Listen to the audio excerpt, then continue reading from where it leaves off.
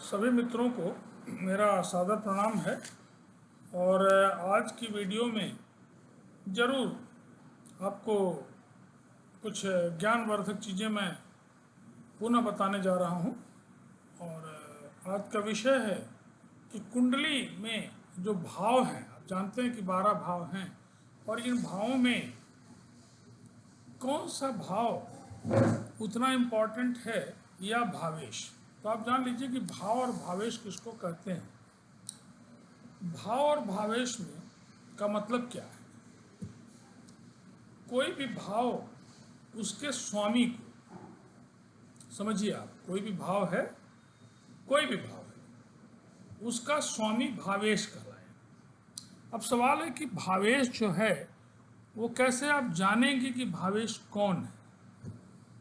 तो हर एक अंक जो लिखा है उसकी राशि निश्चित है।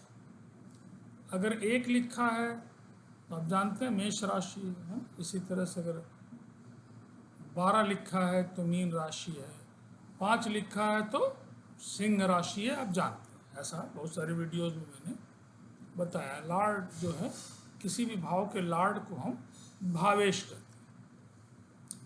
तो क्वेश्चन हियर आज मेरा अनुभव आधारित है कि भाव उतना इम्पोर्टेंट है या भावेश ज़्यादा इम्पोर्टेंट।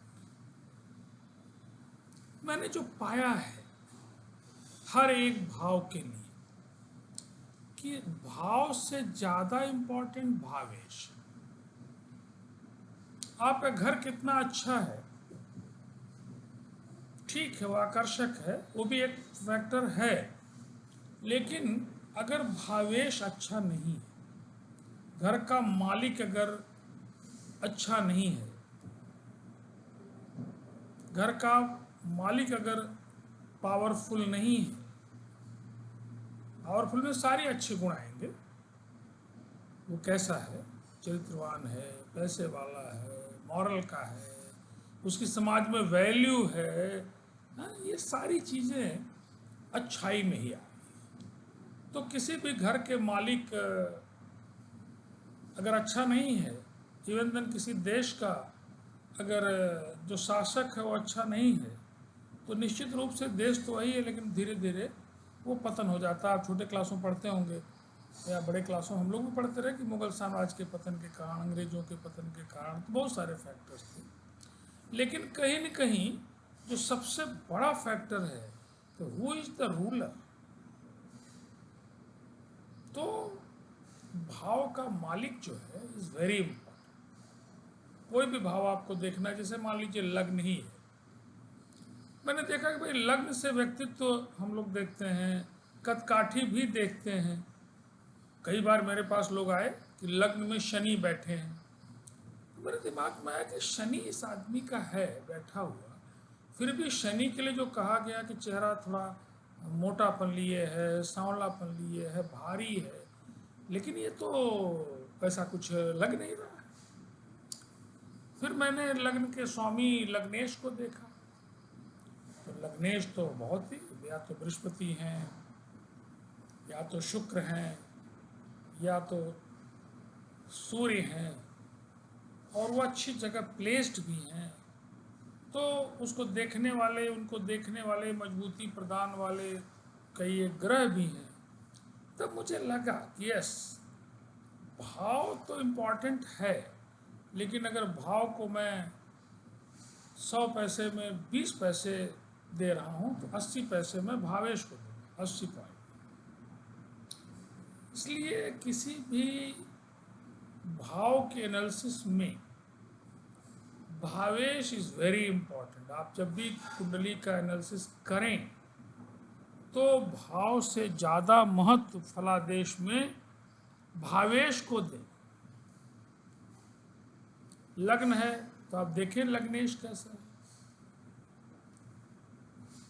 लग्न कितना भी अच्छा हो, उसमें कोई ग्रह बैठे हो, लेकिन अगर लग्नेश की डिग्री कमज़ोर है, लग्नेश वीक हैं, लग्नेश नीच के हैं, तो लग्न में बैठे हुए जो ग्रह है वो अपना प्रभाव पूरी तरह से नहीं दे किसी भी भाव में। मान लीजिए लाभ भाव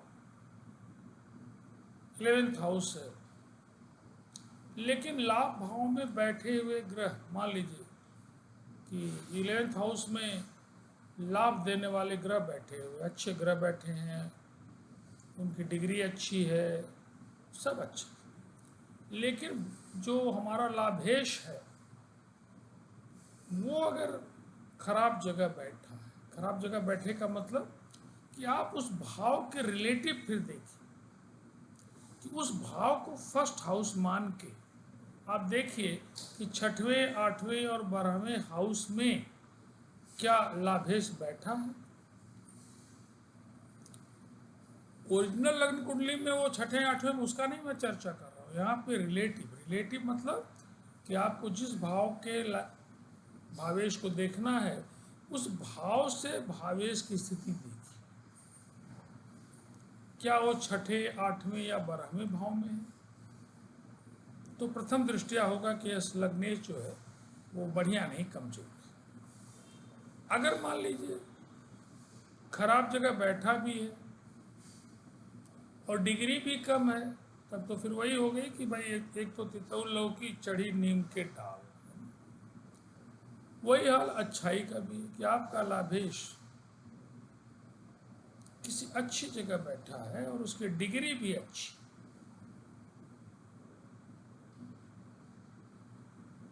जहां वो बैठा है जाके वहां भी किसी पाप ग्रह से पीड़ित नहीं है। लग्नेश हमारा कितना या भावेश हमारा कितना स्वतंत्र है, या कितना अच्छे लोगों का साथ है उसको, या कितने अच्छे लोग उसको देख रहे हैं, all things are very important. लग्नेश जहाँ बैठे हैं, मान लीजिए धनेश भी वहाँ बैठे हैं, बहुत अच्छा। लग्नेश वहाँ बैठे हैं, 8वें भाव के मालिक बैठे हैं तो नहीं अच्छा है, 6ठे भाव के मालिक उनके साथ बैठे हैं तो नहीं अच्छा है, 12वें भाव के मालिक बैठे हैं तो उसको अच्छा नहीं तो जनरल थे। लेकिन अगर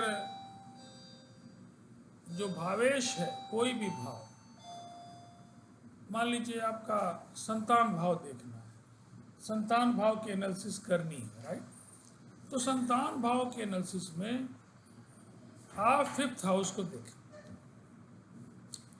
अब 5th हाउस में ग्रह बैठे हैं वो भी इंपॉर्टेंट है, लेकिन 5th हाउस का जो लॉर्ड है,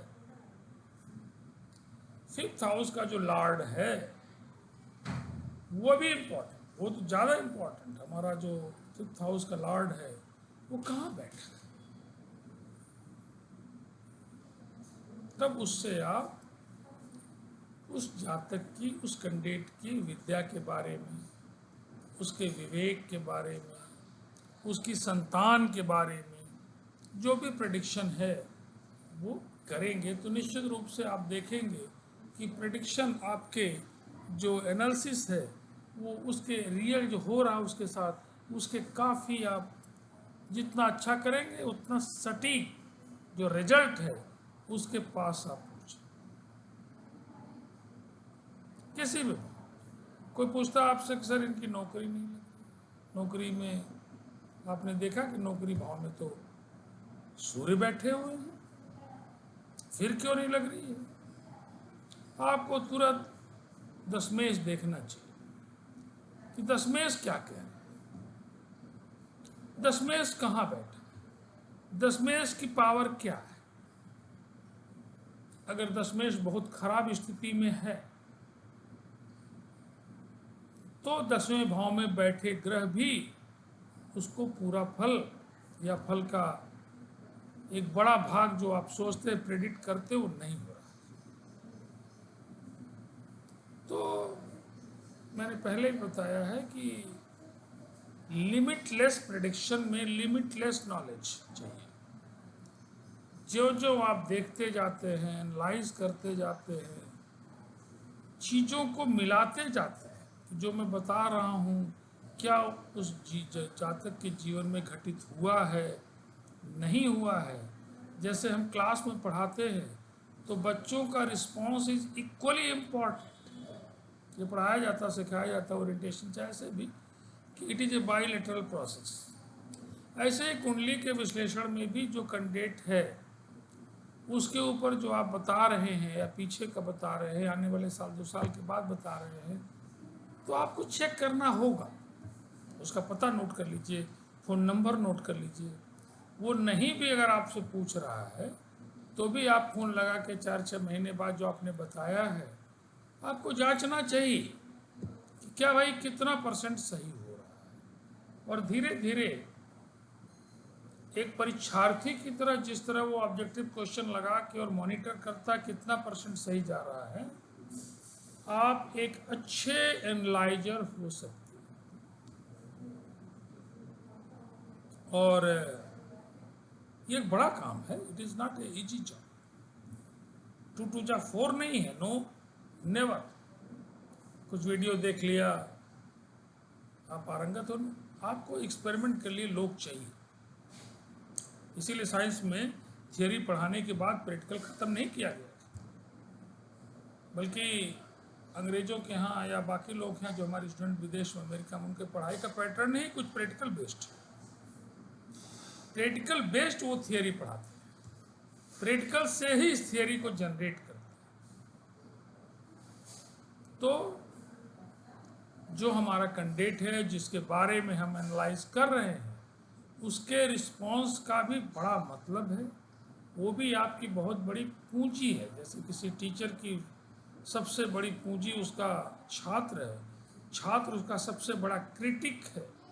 उसी प्रकार से आपके ज्योतिष में जो एनालिसिस आप करते हैं, उसमें जिस आदमी के एनालिसिस आप करते हैं, उसके रिस्पांस का बहुत मतलब। उसे आप सीरियसली लें, उसे क्रिटिसाइज मत करें, उसे सीरियसली लें।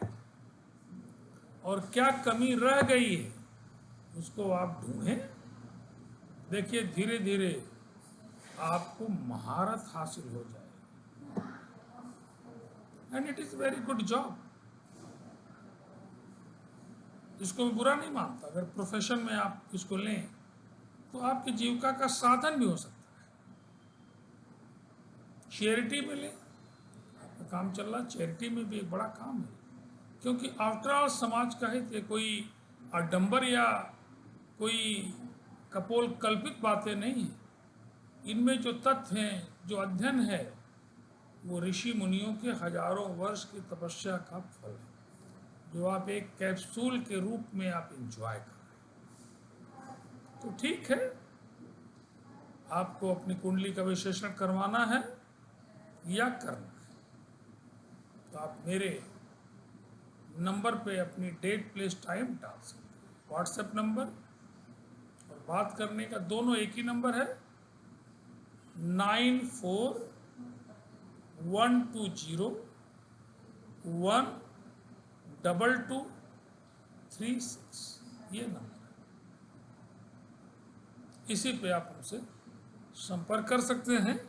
और पुनः एक बार कुंडली के इस जो लेक्चर है, इसका आप आनंद लीजिए, औरों में शेयर करिए और अपनी कुंडली पे इसको आजमा के देखिए।